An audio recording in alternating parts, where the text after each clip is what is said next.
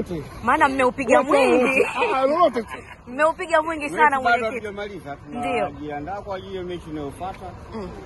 Tunaamini kwamba tuko katika nafasi nzuri, lakini haiwezi kuwa imekamilika mpaka tutakapokuwa tumekamilisha.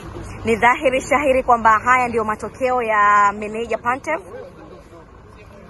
Ushindi ni wa timu. Kwa hiyo tumeweza kuweka timu vizuri na tunamshukuru Mungu kwamba wameperform na kupata matokeo. Kwa hiyo individual achievement mimi siwezi kuzungumzia sana. Lakini ninachozungumzia kwamba wachezaji wetu wameweza kuwa na determination nzuri ambayo imetupa nafasi hiyo ambayo tuko nayo sasa. Christopher tangu Pantev amejiunga na Simba kama viongozi, mnaonaje performance yake?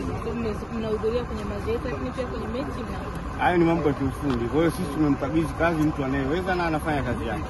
Kama uongozi sasa, baada ya kupata matokeo mazuri ugenini, mnarudi kwenye uwanja wa nyumbani na siku zimebakia chache kuelekea kwenye mchezo huo. Kitu gani ambacho mmezungumza na wachezaji kuhakikisha kwamba mnapata ushindi? Wachezaji wanajua wajibu wao. Wachezaji wanajua wajibu wao. Kilichobaki sasa hivi ni washabiki na wapenzi kuja kuunga mkono timu yao. Tutaingia katika hatua inayofuata. Pengine kwa quality hii ambayo tumeiona na kasi ya Simba ya sasa hivi, mwenyekiti, tuambie unaiona Simba ikiwa wapi kwenye michuano hii ya kimataifa? Simba ipo siku zote katika maeneo hayo. Sisi tumeshakuwa na uzoefu mkubwa wa kushiriki haya mashindano na kufika kwenye hatua zinazokuwa ni hatua kubwa zaidi.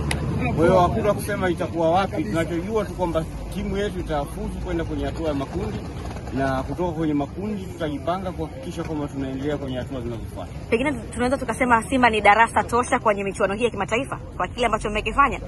Simba ni darasa kwa timu hizi za ndani, sio kwenye mashindano ya kimataifa. Kwenye kila kitu. Kwenye kila kitu. Hadi kwenye ligi, mwenyekiti.